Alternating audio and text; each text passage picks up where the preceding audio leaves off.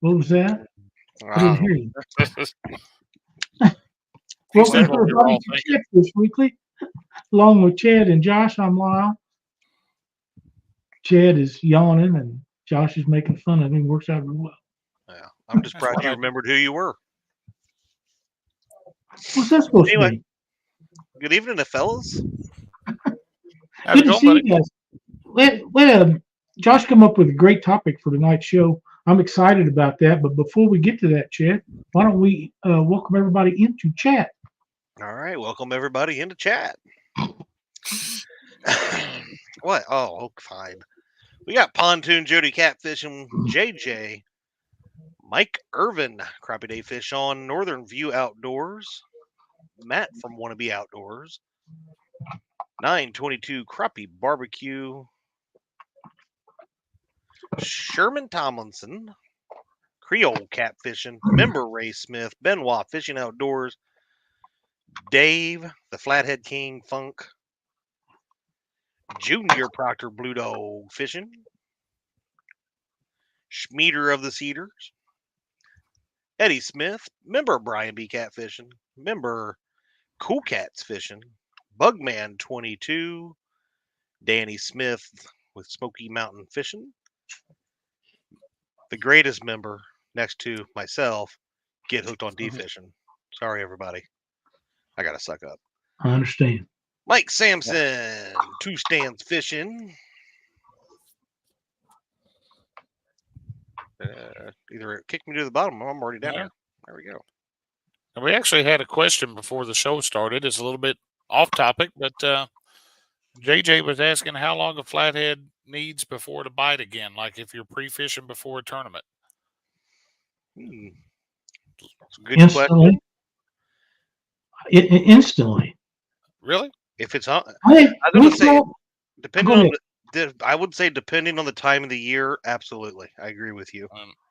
This we time had of year, yeah. they're feeding. If they're eating, they're eating. Marky, my youngest son, and I was fishing the flood years ago on Truman Lake, and It's the Great Flood. What's that? Was it? Josh, I'm going to knock you out. That was the Great perfect. Flood.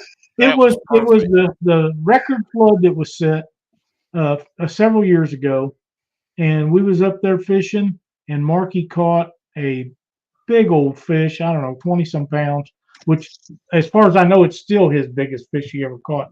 And we had went out that morning, and I just usually catch shad and put them in my live well and turn the area on. You don't have to worry about them. Did Noah know you was there? What was that? Did Noah know you were there? We threw this fish in the live well because he's pretty stressed out. He's in pretty heavy current, and it was on the Osage Fork, on the River Fork, and we put him in there, and Marky went back to get some bait later on, and it ate every shad in that live well. Oh, no. Every one. And I'm not saying there was 100 in there. I'm talking about 6, 7. Ate every one of them. There wasn't a shad left in there. Wow. So this fish had just been caught, and Dave, you're my buddy. You're supposed to be my buddy.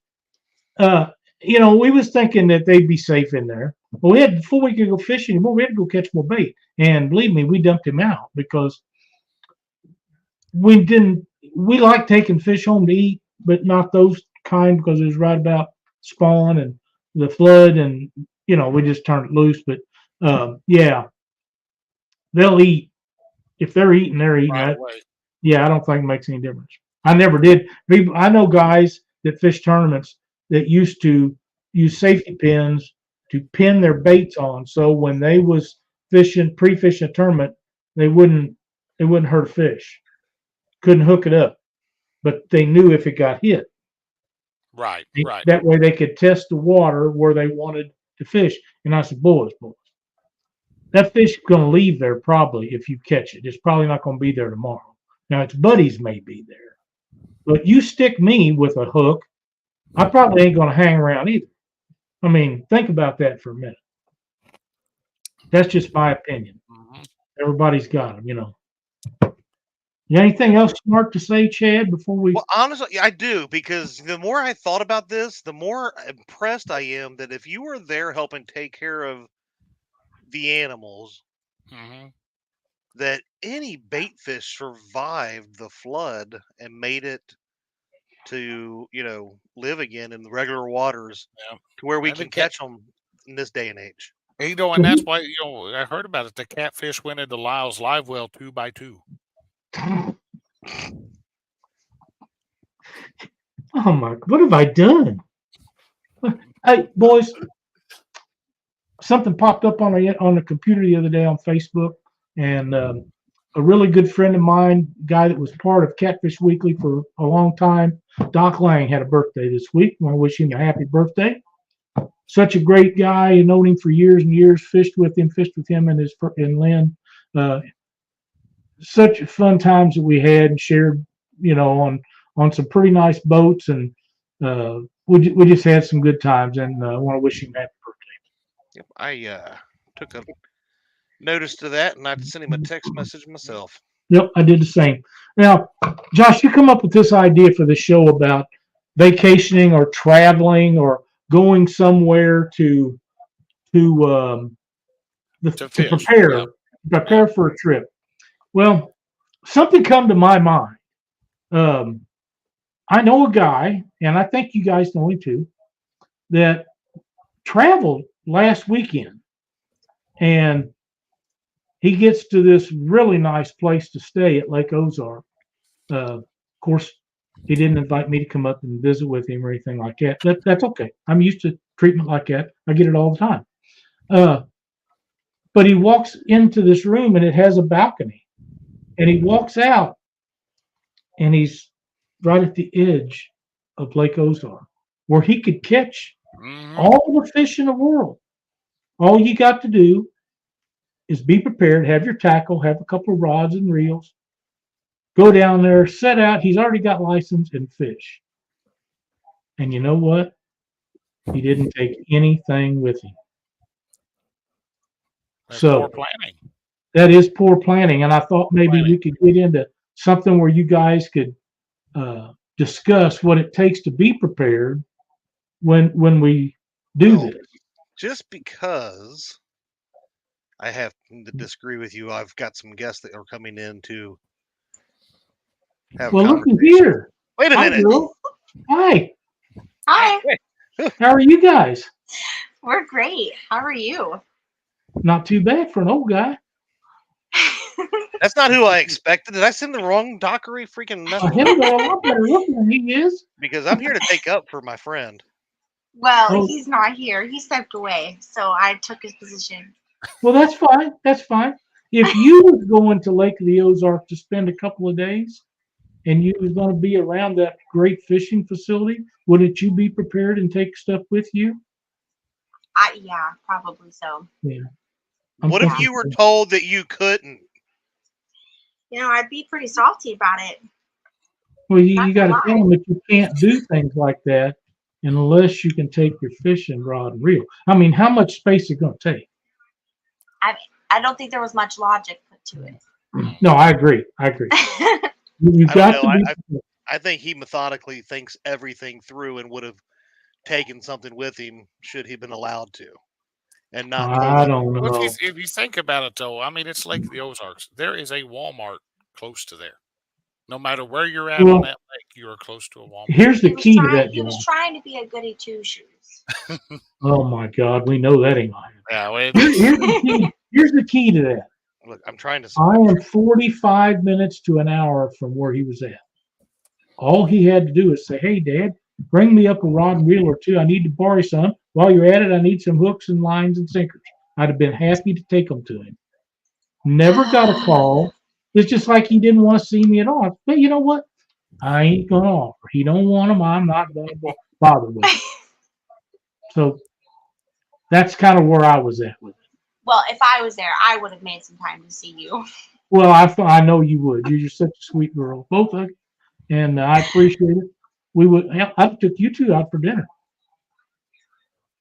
Maybe your mom. I doubt if we took James, but we probably took him. Would you have taken him to Cheddar's? Absolutely. There we go. We'd had to come to Springfield for that. Pippin, come here.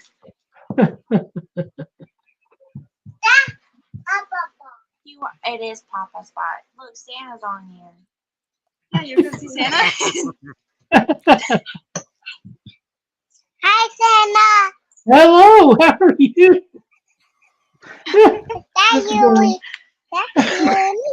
This is going downhill quick. That's mommy. She's not here. Is there anything you guys would like to ask about him? Just trying to figure out what his line of thinking was going down around all that water and no fishing equipment. Wait a minute. Lyle, we got free reign on anything you want to ask about. Oh yeah, we can really this will work. That's kind of my logic. Okay. Well, go ahead, boys. I'm trying to think. Let's hear it. I know. I'm trying to think of a good one.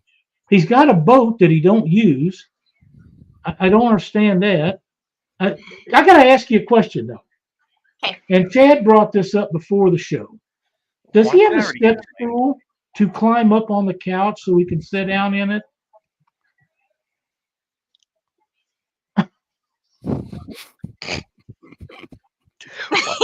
Way to throw me under the bus. Yeah. I mean, we're all kind of wondering. He's sure if he's got a stool to crawl up in so he can get on the couch. Yep, he does. Okay. Yep, it's sitting right in front of me.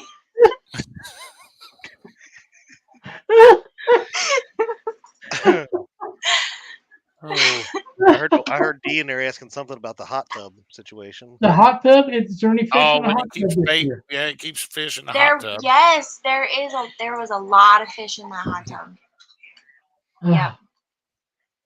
My poor mom.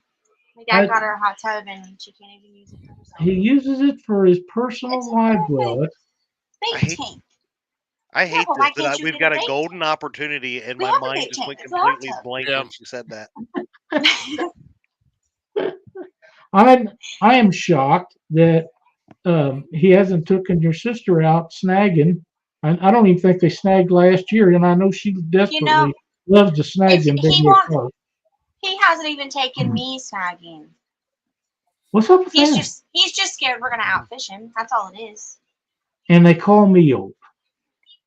Actually, I've not seen any fishing pics in quite a while. Is he even fishing anymore? Or is I don't know. I don't know. Well, he claims to be. I was gonna say he claims to be. He says he's fishing. I think he's just recycling pictures at this point. Yeah, that's what I was going to say. They make you wonder he can get a few pictures here and there and just recycle them. Oh my! If this man, I swear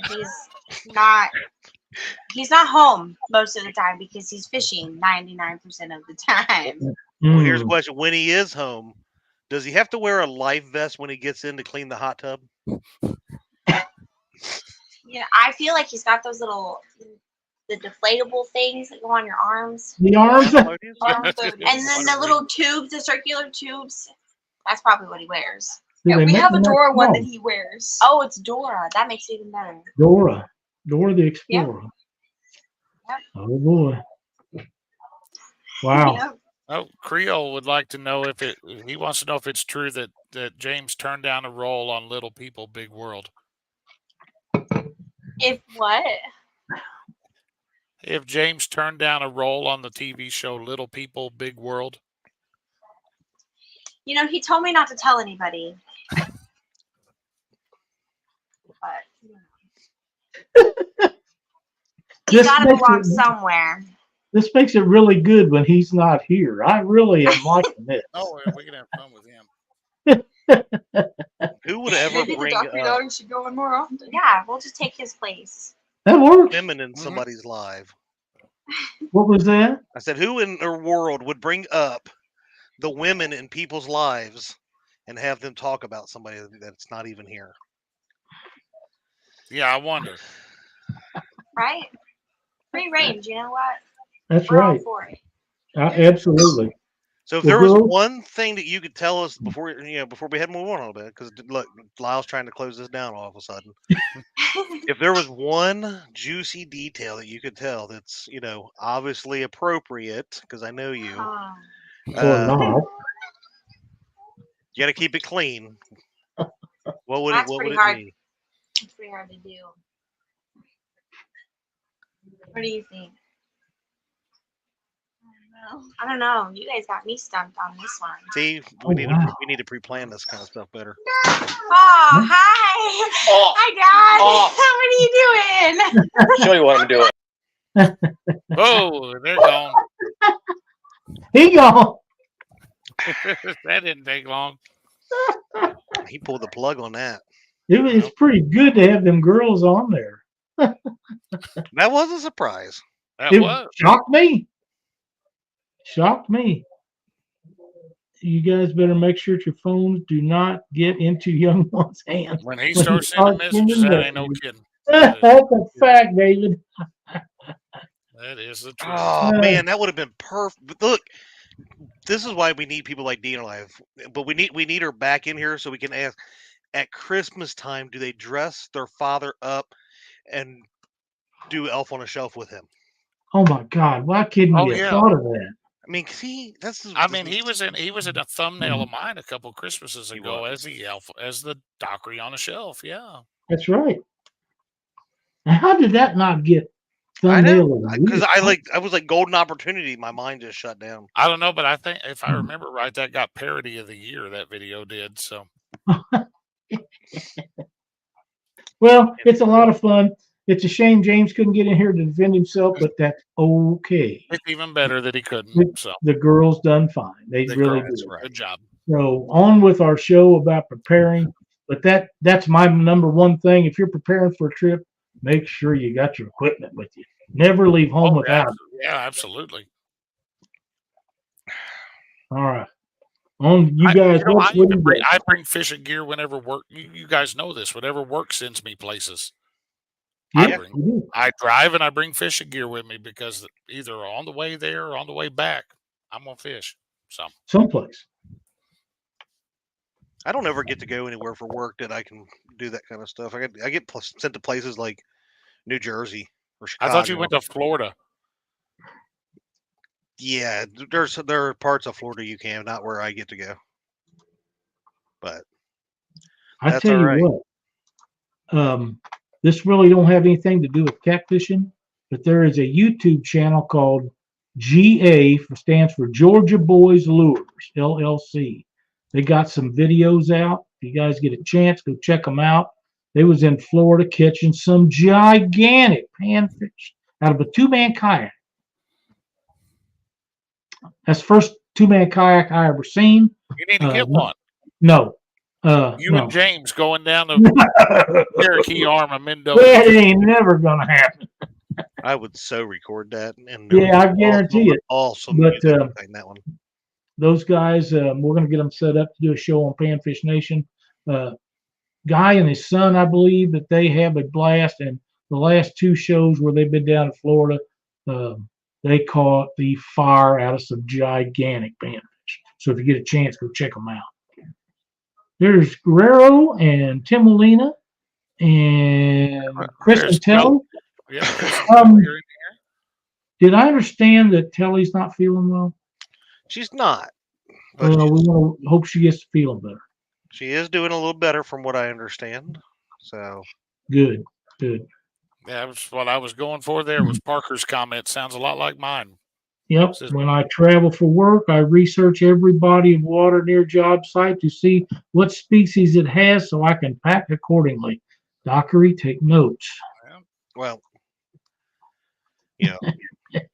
I just use I just wait because I get all that vacation time. So we plan all of our vacations instead of around work. Because when I'm at work, when I do work, I just want to, Okay. Do you guys make a list of what you're going to take when say you decide? I don't. This is what I do. Ever. This will be my whole conversation for the rest of the show. D, what do we need? And I can't go wrong if because she's gonna remember everything. Yeah.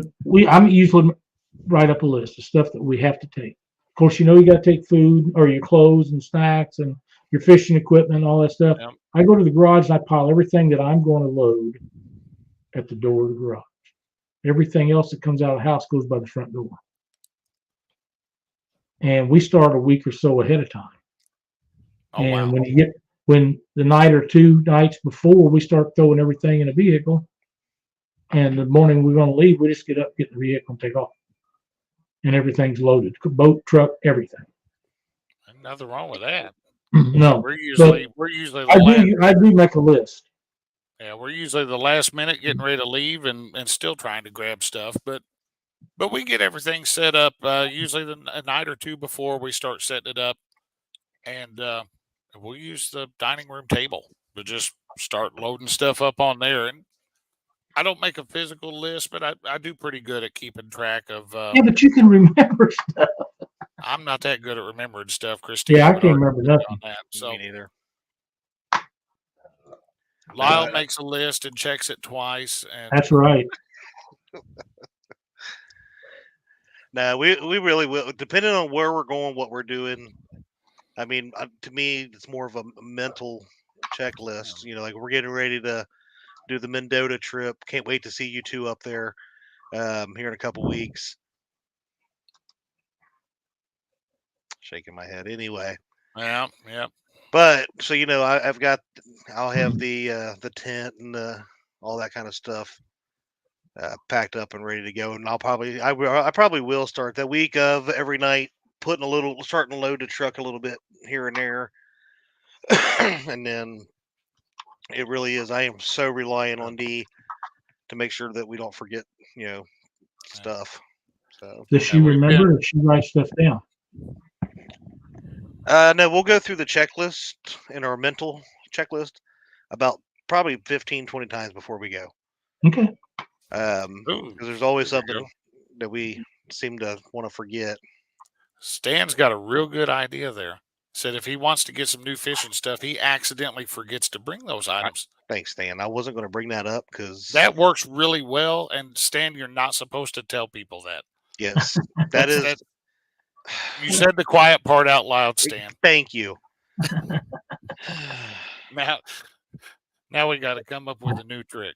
But well, that's just like this weekend. I went fishing, caught a ton of bait, came home and said, I need another deep freeze. So there you go. Or all of these $8 skipjack are going to go die and or start here and rot and stink. Oh my god! Oh wow! So guess who got a new deep freeze this weekend? Sweet. Did you get an upright or a lay down? I got an upright this time. Oh, nice. Yeah, we're getting ready to head out. Actually, me and Dad are heading down next Saturday.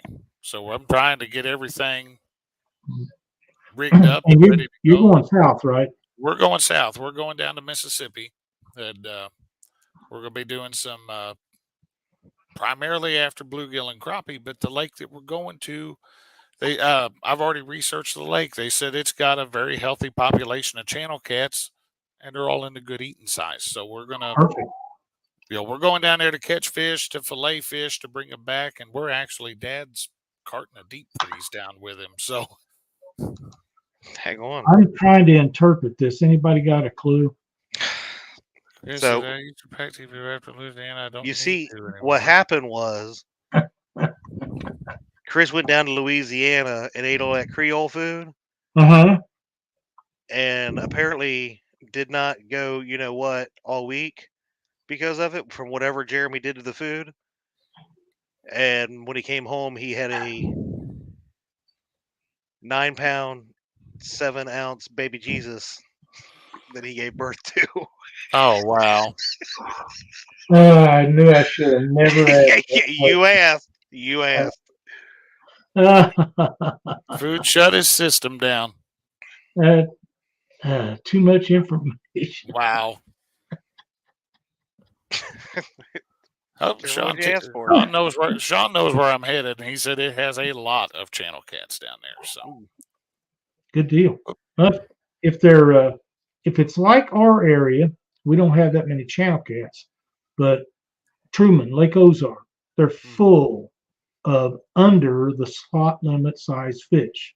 That's the reason they changed the limit from 5 to 10, because they're encouraging people to take more of them out, take them home and eat them, so that the ones that are in the slot limit can go ahead and grow up and be bigger for down the road. So they raised the limit up. So you keep 10 blue cats. Still just $5. That's nasty. That's awful, Chris. He said I submitted it to the bragging board. Nasty is correct. Nasty, It is. But, I hope we don't see that. I got a question for you. So you guys are talking about a checklist, right? About things obviously you're taking. See, to me, that's something I'm thinking about, leading up to the couple weeks before. But what about gear wise? Or do you guys, before you even get that far, start thinking what you need to prep for, like redoing rods and reels? Absolutely. Getting everything ready? You start kind of my part. Yeah, you start that, a month or more in advance. That way you're not down to the wire on it. If we're going to Mendota, I have you come as a tool bag, and I used it for years. If I get or have to go out on a road call and fix something, so I throw everything I need to go check a vehicle out on the road in this bag. Well, I don't do that anymore, and it's a really nice bag, and it's not dirty or anything. So I put bobbers and stuff like that for Mendota when I'm going up there. Everything I need to make that trip that I don't already have in the boat or the truck goes in that bag. And you just pick it up out of the back of the truck, you set it in the boat, and you got everything you need. And it's always held enough. It's a pretty good sized canvas bag. It's got lots of pockets and lots of zippers and all this stuff, and you can put different things in it.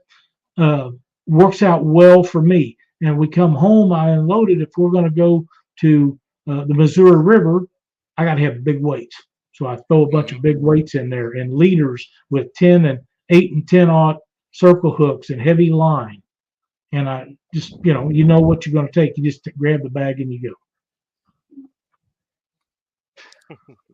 See Roger's in here. Dog and I Outdoors, Curtis Cunningham. Yeah, we usually start. I mean, we'll start getting everything together. We'll replace line on the reels if it needs it.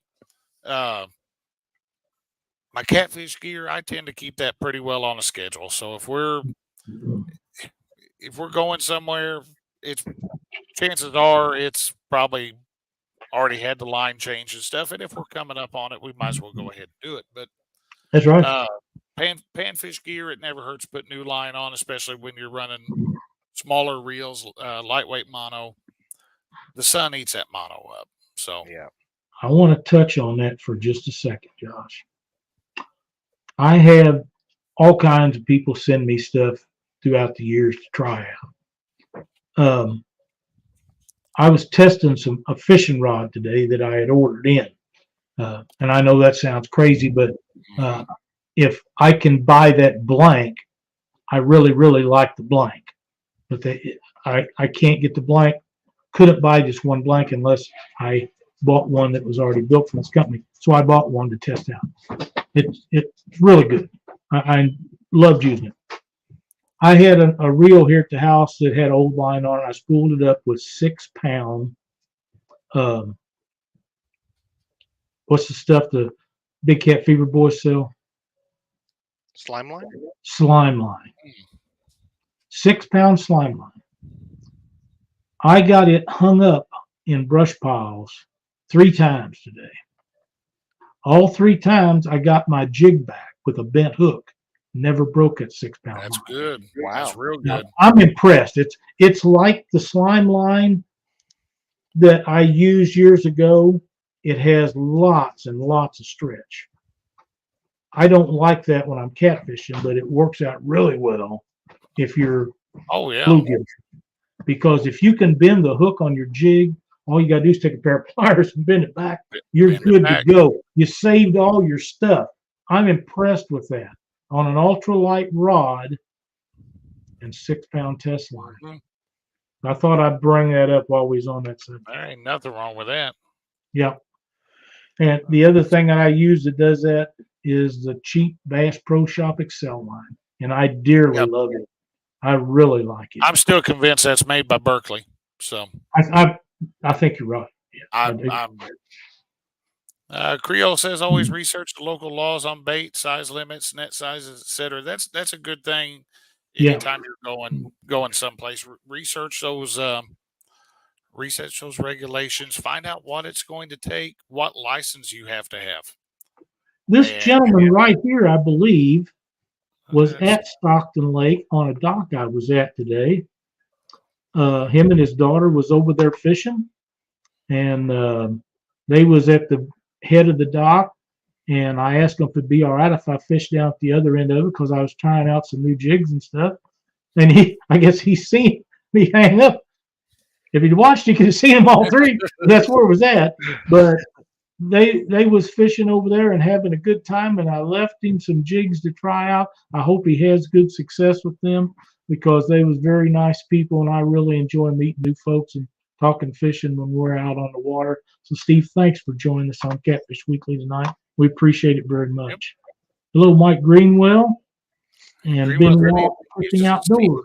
The hooks back. So, what's that? I said Greenwell said he doesn't use pliers. He just uses his teeth to bend the hooks back whenever he bends the hook on a jig. That's a little bit braver than I am. So I've seen some of the bait he puts on his hooks. I ain't doing that. No. Hi, John. Yeah, I really enjoyed visiting with those people. I went to another spot and fished off the dock over there, and a young man come walking up through the woods. He dropped his girlfriend and another girl off at the swimming beach. I can't believe they swimming in that water, but they swim in it up to their heads. I mean, he walked through the woods to come over there to fish on this dock. So he was on one end of it and I was on the other. He was catfishing with chicken. I never said a word. I was very nice to him because he's a very polite young man. But I was shocked. I was shocked. The Reaver said, "Yes, sir." That was him. I thought so. Very nice guy. It's really awesome to see a guy and his daughter out fishing. A lot of girls don't like to fish, but there's a lot of them that do. And if they enjoy fishing, just take them out and let them go. That's right. No, he didn't. No, I never seen a fish caught all day.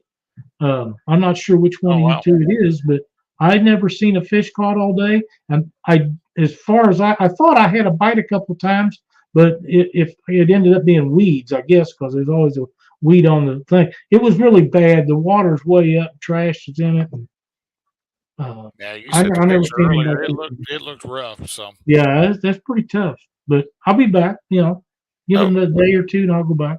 Chris has a good point. He said, most important thing when planning a trip, will Chad be there? If yes, go somewhere else. That explains a lot about the number of people going to Mendota versus anywhere else this year. So it seems like people are starting to find other places to go. That just means that Mendota. We wanted to go up here this year, and it just ain't going to happen. But that is one of my favorite places to go. But this year, just not going to work out for us either. No, we had to make the choice this year. It was Mendota or Mississippi, and Dad don't fish with me very much. I can probably count on one hand the number of times that Dad's fished with me in the past 10 years. Yeah. So you go to Mississippi. Look, I can't fault you for that, but I can tell you the number of times that Dad has fished with us in the last whatever, and he won't be there either. So I'm sorry. I mean, his two favorite sons have done been to see him this year. So his favorite son came and spent a week with him. So whatever. He must be trying to stay away from the two that are going. There's Mark with Catfish. Mark said he can't keep him away from Mendota. He lives close to it. So. He only lives 45 minutes from it or something like that. If I lived that close, I'd be there all the time. Yeah, I heard it was more like 15 minutes, but the entire month of May for sure. But that's definitely something I'll be working on probably in the next week or so, is all the lines and stuff and the rods I'm taking. Yep. So I'm dropping a link in chat there. Lyle just put it up. That's one of the best tools when you're starting to look at some place that you're going to go that especially if you've never been to it. The Navionics web app, and it's the full version of Navionics. You can see all the charts. You just zoom around, it's a big U.S. map, zoom in on your lake, find it. Mm-hmm. And it doesn't matter if you're fishing from a boat or you're fishing from the bank. Mm-hmm. You can use that for all of the above. Hello, dog. Nice to see you. Wow. Okay. My point is, you live there close. You should be there all the time. I say he's going tomorrow, so. I don't blame him. If I lived up there, I'd be going tomorrow too. Mm-hmm. You know, would Chad say 15 minutes for him? I'm like, I can take 15, 20 minutes from him. yeah. Let's see. But I do. I think real further if you don't take the toll road. Yeah, it probably takes him 25 minutes if he doesn't take the toll road. But yeah, definitely. The you talk about the rules and regulation, but I think it's good too to go on places like Facebook and look for forums of people. Oh yeah, look in that area. Usually find groups, especially for the lakes. If it's a larger body of water, or a more popular body of water, I should say, it's probably got there's a good chance there's a Facebook group for it anymore. So. Yeah, and they may not share secrets, because I know, like, if place like Mendota, the apparently some of the bait spots are like top-notch secret, and no locals will tell you. But if you scroll through different forums and stuff, or groups, you may put 2 and 2 together on some stuff of where to take a look at. Saying. But outside of that is just the checklist of. I think the fishing gear itself, kind of for the most part, speaks for itself. What you're going to take, you're going to have an idea. But think outside the box a little bit. Bring some different size hooks, floats. If you're not used to using floats, you might want to try something like that. Like I think Lyle would attest. Even in 2, 3, 4 feet of water up there at Mendota, those floats were fun. You had a blast up there that year with that. I did. They worked really well for me. If I go back up there, I don't think I'll ever go without them, especially fishing back in the swamp where I do, because that's where they spawn. I try to catch them as they come in there. Sometimes it works and sometimes it don't. If they're not right in one spot, you just got to move around, find them. And that is challenging up there, simply because depth finders don't do real good up there because the water is so shallow. No. And you have to run with your motor up, which that doesn't help transducers any at all. And loading your boat, a lot of times you'll bend the transducer up anyhow. So it's challenging finding the fish. But when you find them, you'll be in them. Oh yeah. And sometimes for more than one day.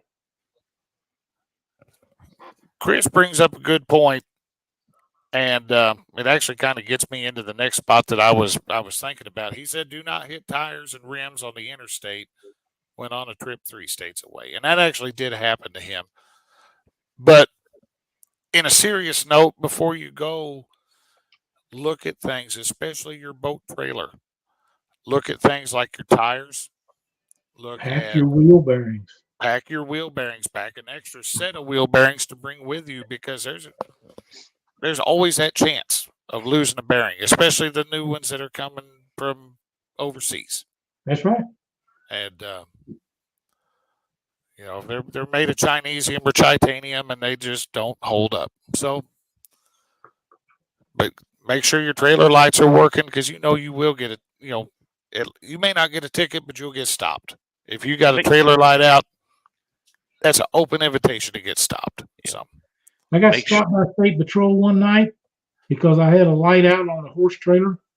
I'd been to a horse auction, and I told the guy, I said, "Well, it worked when I left the house, and I'd already been to this place, and on the way home, I said, I'm going to fix it I'll stop and fix it when I get to the truck stop. up the road. He said, "Do you have a flashlight?" I said, "I do." He said, "I'll stay here and help you. You can fix it right now." What are you going to do? Tell him to write you a ticket or fix the light? Yep. I couldn't believe he done that. Oh, well. Sure did. Chris says they carry 2 spare hubs for the trailer. That's not a bad idea. And those are fairly cheap. I just bought 2 new hubs. I bought 2 new hubs yesterday for the boat trailer we're taking down there. It was $45 a hub. So. And you can buy those at Harbor Freight sometimes. Oh yeah. They got them. You can get them at any parts store, Riley's, Big A, whatever it is. Mark talked about, said feel the temperature of your hubs when doing local trips. If they are hot, you may have an issue. I feel mine every time we stop. Doc, we stop for gas, and I'll either feel on them, or we've got one of those little non-contact infrared thermometers. That's what Doc's got. You can go up and shoot your hubs, and it's going to tell you in a hurry whether they're hot or not. So. Yep. Every time we stop, I check them. Yep. Doc used to have that infrared thing, and he'd just walk around everything. Mm-hmm. Yep. It's easy, simple. Another thing that you can throw in your bag that don't take up much room. A camera. Okay, says he rebuilt his trailer, new grease shackles, leaf springs. It's good insurance. That's the truth. It's all in. You could do it at home where it's easy. Yeah. Or you could do it on the side of the road where it's not easy. And no. Bring a toolkit with you. Common stuff that you may end up needing. Hopefully, you don't ever have to use it. That's right.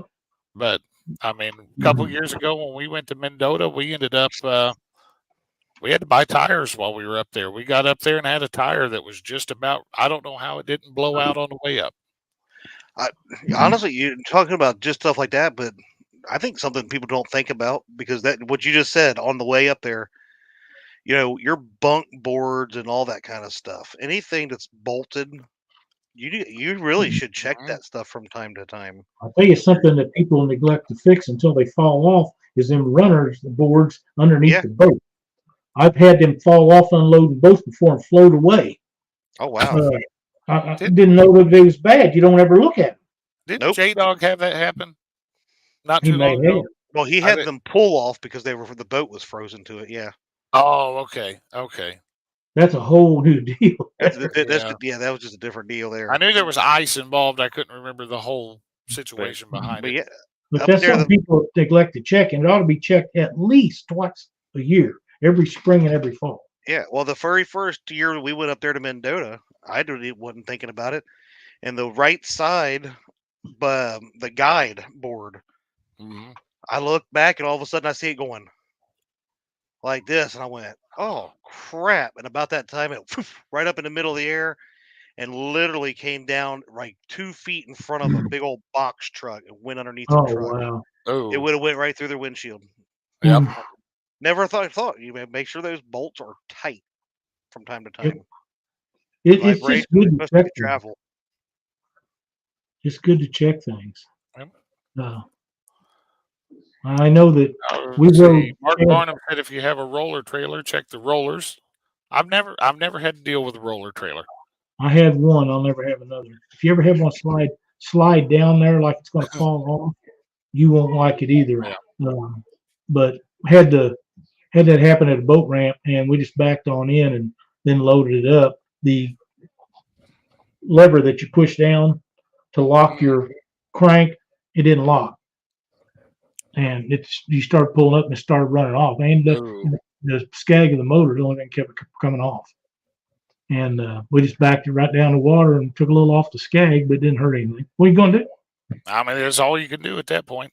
That's exactly right. But it got us home, and we never had any problems with it. Took a file to the skag, straightened it up best good. And a little black paint, was good to go.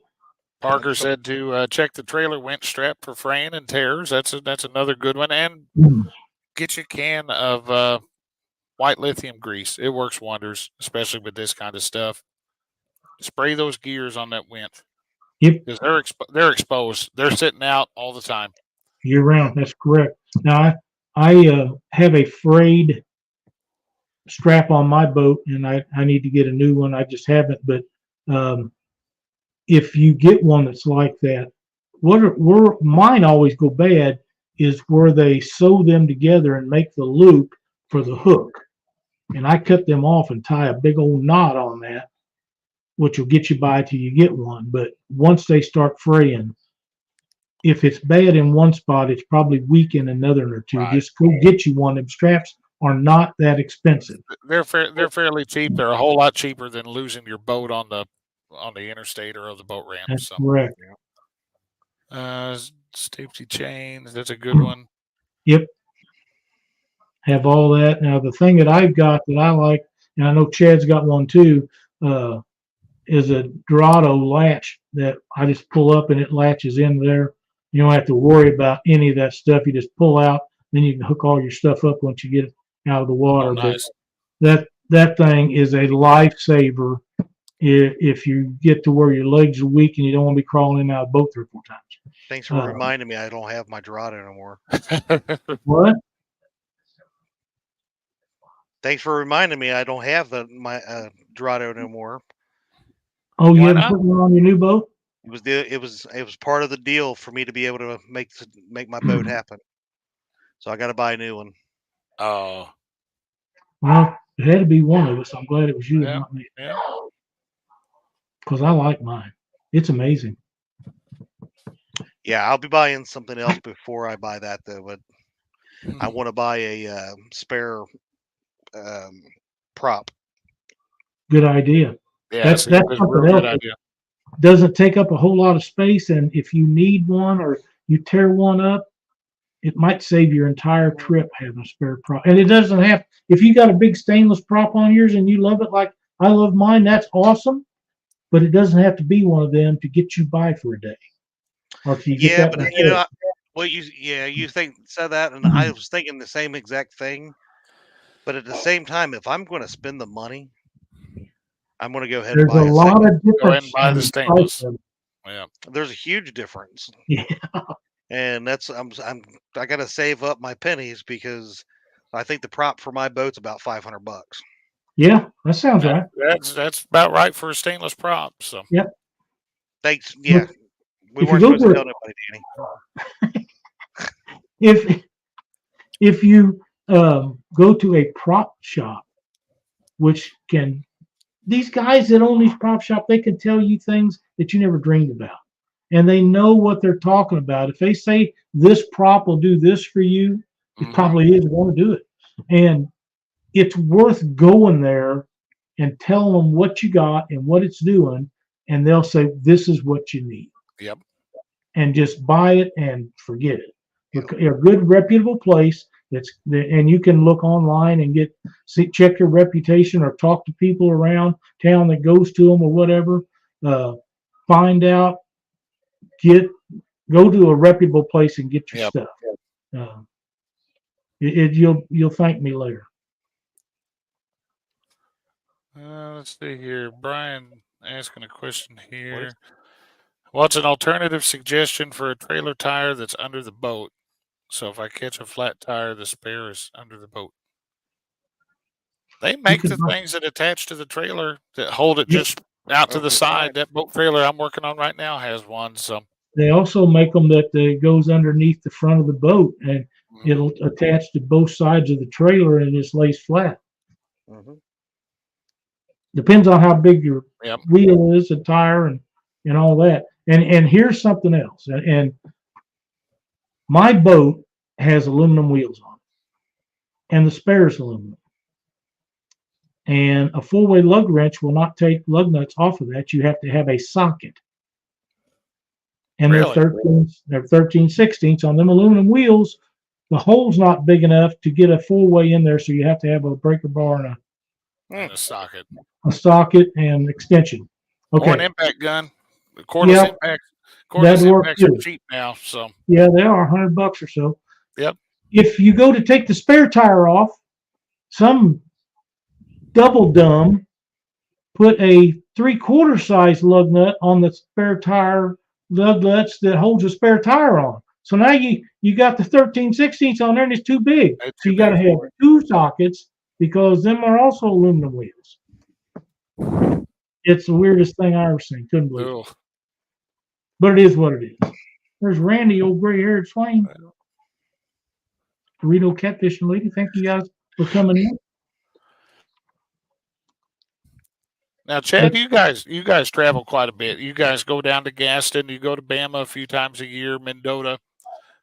What are some problems that you've ran into? Oh, problems that I have ran into. I suck at scheduling when there's not going to be some kind of storm. But let's see. I would definitely keep an eye on where places to stay. Oh yeah. That's definitely one thing, that we've had some really nice places, we've had some really shady places, but boat parking is always one of my issues. Making sure that if you pull in there, you're going to have a big place to be able to park, because we've had a couple places that hotel wise that And electricity. That's another one. That's definitely the electricity. Well, I mean, not all parking lots for hotels are created equally. So boat parking is not always something they think about, right? So Right. look at the layout of the from like an aerial view if you can, not just the side pictures that they have. Outdoor electric is nice. You always want to be able to charge your boat and stuff like that, your battery. I'm trying to think what else. And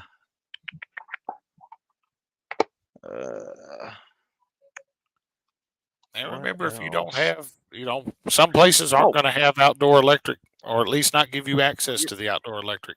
You're right. You might have to bring the battery into the hotel room and charge it there. Look, more research that you need to do. So there are places.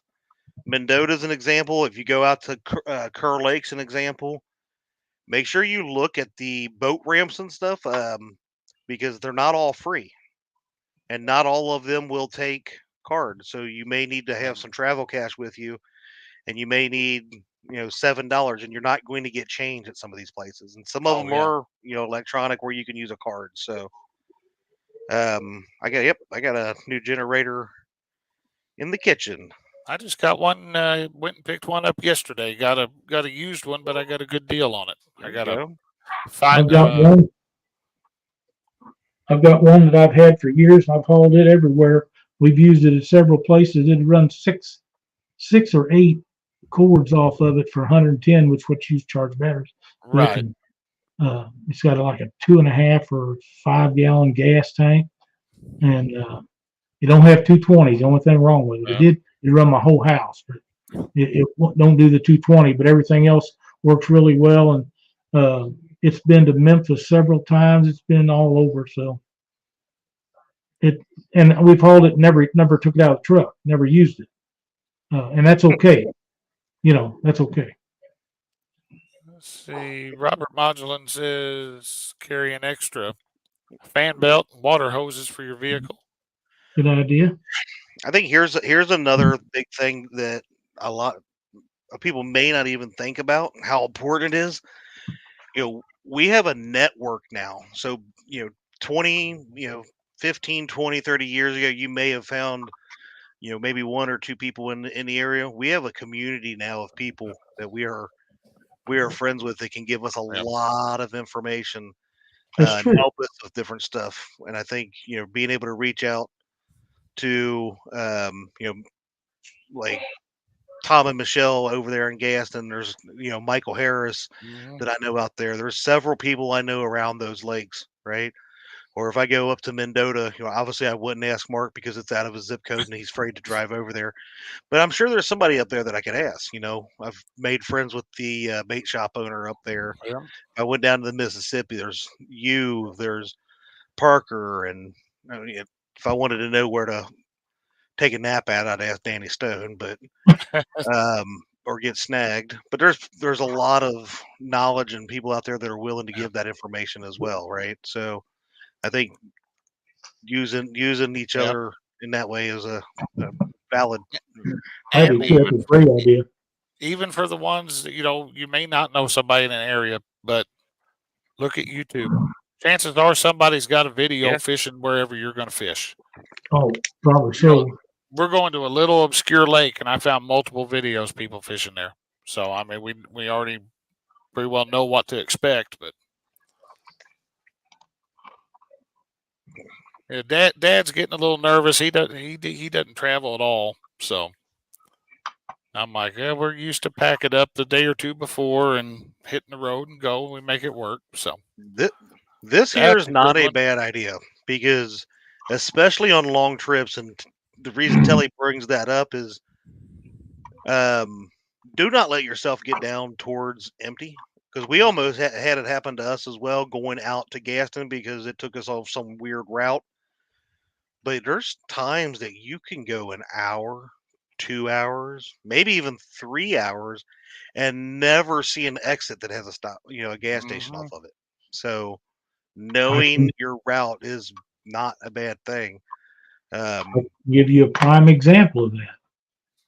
What? Several years ago, Cindy and I went to North Dakota, Grand Forks, fished that Catch Incredible tournament up there. We left at 6, 7 o'clock at night, drove all night, get there. About 2 o'clock in the morning, we was running low on fuel. We got really low on fuel.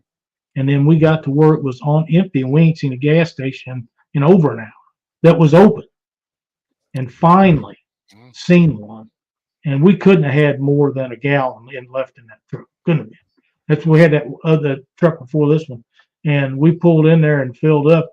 And at that point, you don't care how much it is, as long as you can get it. But, I love them old paper maps. They're hard to find now. They're hard to find. Walmart sells them now, though, in the tire section. Really? They still sell the Rand McNally Road Atlas. So. Oh no, I'm talking about for the lakes. Oh, well, those too. But I like them. Well, Google is also your friend because you can Google closest gas Screens are station too small on them phones. You can't tell nothing about them. Yes, you can. No, I can't. Yeah. There's a freaking zoom feature on maps. So you say. Good Lord. Can't take him anywhere. Josh, but you can Google. Chad come down last year and stayed with us, and we went out, and I was telling him, when we bought this truck, it had a program on it that you'd plug in where you was going to go, and it would tell you over the speaker in the radio when to turn, where to go, this and that, and they canceled it on me. I was pissed. It was the second vehicle we had that on there. And I said, there's got to be a way that you could run this off your phone and run it through the truck. And he fooled around with it for about 5 minutes, and he had it working. Mm-hmm. I can't remember how he did it. I don't have any idea. You should have a USB port in there, and if you plug your phone into it, chances are it'll. Really? You can do it that way too. Yeah. I'll try that. Or you can switch over to Bluetooth. It'll do it through the Bluetooth. That's how I had it for him. Was on the Bluetooth. Yeah. I don't do that. He kept calling. He called me like 3 times. Like, what did you call that? Did you call that the yellow tooth? I'm like, no, you I jackwagon. did not. Oh wow! I keep searching for yellow tooth on my phone, and these weird pictures keep coming up. God. Oh man, that is not true. I do know what it is. I don't know how to use it, but I got it. Roads are bad in Louisiana, huh? Well, that's too bad. I bet taxes ain't no cheaper there than anywhere else. So we got 76 votes on our poll here. Only 65 thumbs up. So somebody's lying. Somebody's slacking. So somebody lied, and then somebody's a pay laker. So. That's Mark. Oh yeah, that's probably Mark. Yeah, but you got to think. You can't. I mean, poor Mark. He considers because he's got to pay $40 in tolls to go anywhere to go fishing. Oh man, He considers all pay lakes up there. that's not all. The ramp fees just to launch his boat is unbelievable up there.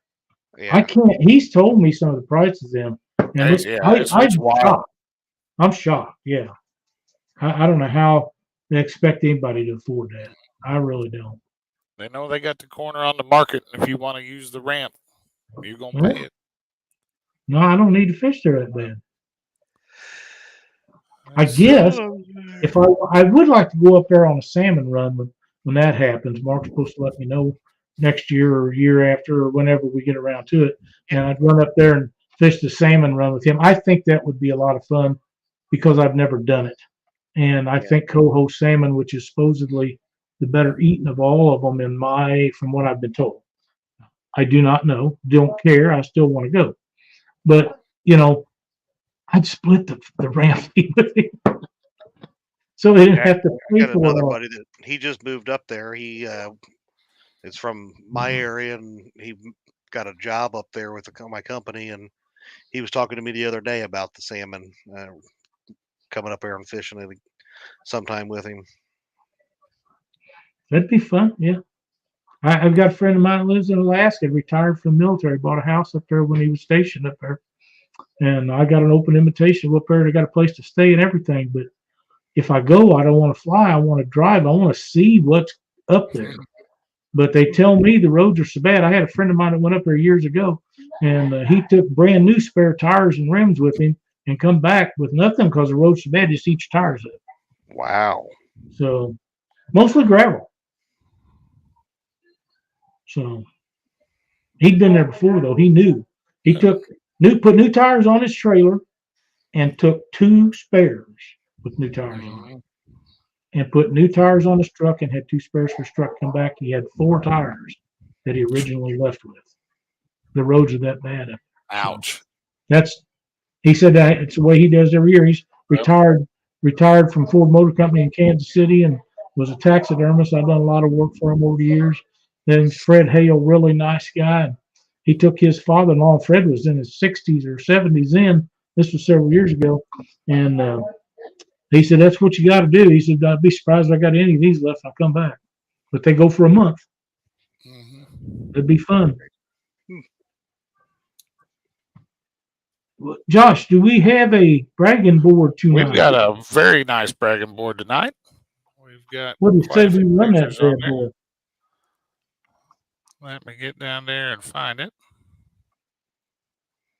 There we go. Let's take a look at it. Howdy, folks. It's time once again to take a look at the Catfish Weekly Bragging Board. This covers through the week of April the 29th, 2024. And get comfortable because we have a lot of submissions this week. Austin from Fishing Fever fished a DIY rod challenge with his mom. During the challenge, she caught her first blue cat at 7.8 pounds, along with very nice channel catfish. They also won the challenge. Congratulations to both of you. Dan from Northern View Outdoors recently had an awesome night on the water, breaking his PB right off the bat with a 24-pound blue, followed by another new PB of 30.6 pounds, and doing it once again with a 32.41-pound blue. 3 personal bests, 1 night. Great job, Dan. Warmer weather means the flatheads are coming out of their winter hiatus, and Danny Stone sent in a nice picture of his first flathead of the year, as well as a nice 10-pound channel catfish caught on a live crawfish during the live bait tournament. Congratulations, Danny. David Altizer and his son Aiden sent in these photos of some nice flathead catfish they recently caught. With the warmer weather, we're definitely starting to see more flathead on the board. We'd love to see flathead submitted. Great fish, guys.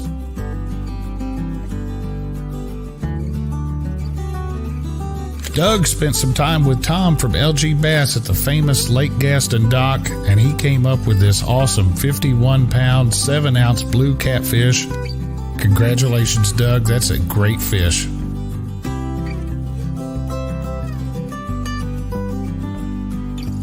Rhonda from Fishing for Whiskers also spent some time at the Lake Gaston dock. She came up with this beautiful 10-pound, 14-ounce blue catfish. Great job, Rhonda.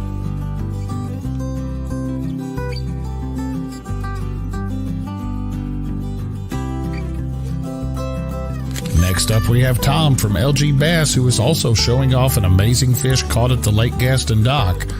This fish tipped the scales at 52 pounds, 7 ounces.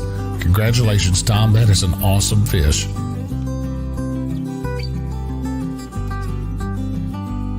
Viewer Nick sent in our next set of photos. First up, we have his wife Brooklyn showing off a new personal best blue cat of 25 pounds. We also have his son Riggs with a couple of monster spoonbills, 68 and 87 pounds. Nick said Riggs was convinced they were swordfish, and I don't blame him. Newcomer to the bragging board this week, Joe from Catch Fish With Us sent in these photos of his new personal best blue cat, which weighed in at 34.4 pounds. Congratulations, Joe, and thanks for sending in your photos to the bragging board.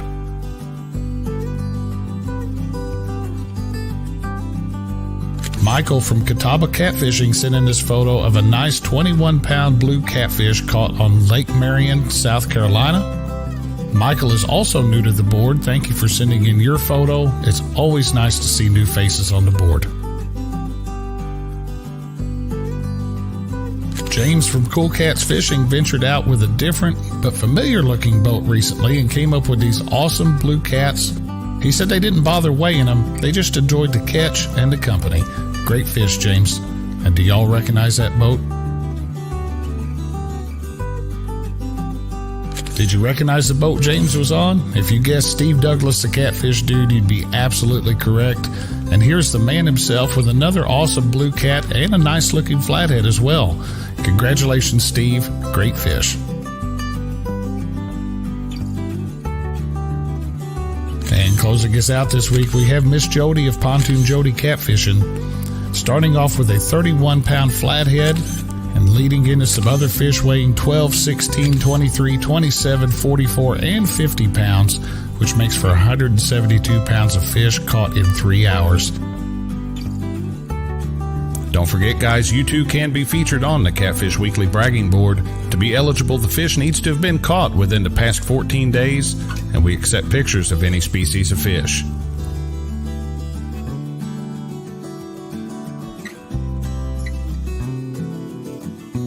To get yourself or a friend on the bragging board, all you need to do is email your fish photo to pics@theweekendangler.com. Send us the information shown on your screen, and we'll get it on the board for you.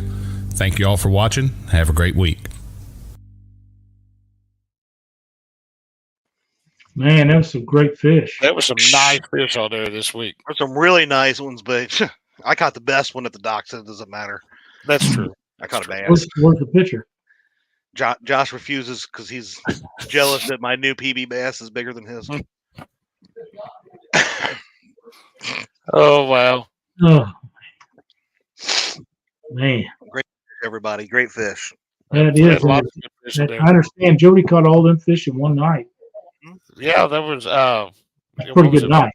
5 of them for 100 and some odd pounds, 170 Pretty good pounds in 3 hours. Yeah. So That's a pretty good night.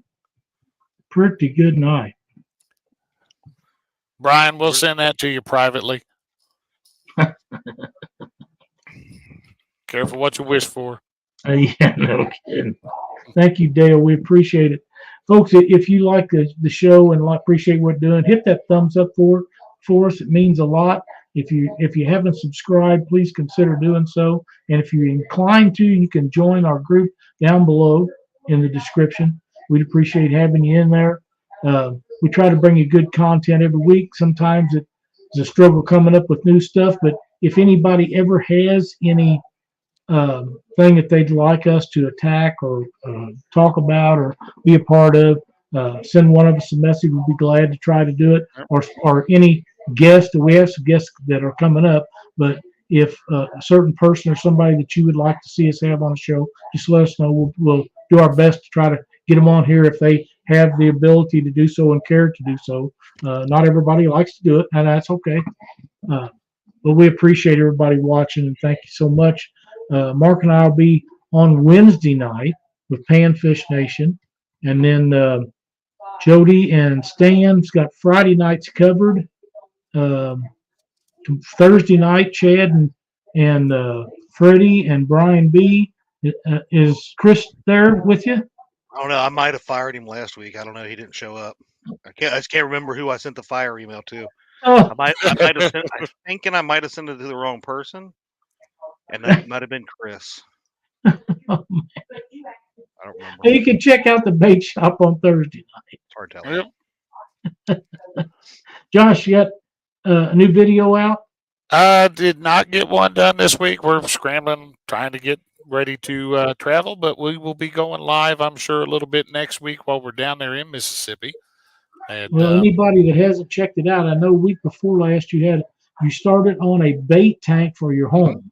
Yep, Great we're video. we're 2 videos into that now. The first video, basically we redid the drain. That way we could put a connect a garden hose to that anytime we need to drain water out of it. Last week's video, we got the thing cut down, started looking like a bait tank. Next video that comes out is going to be, or the next video in that project that comes out is going to be some filtration. We've got to going a little bit different route on the filters than what you see a lot of the time, and I think it's hopefully going to work out better. So,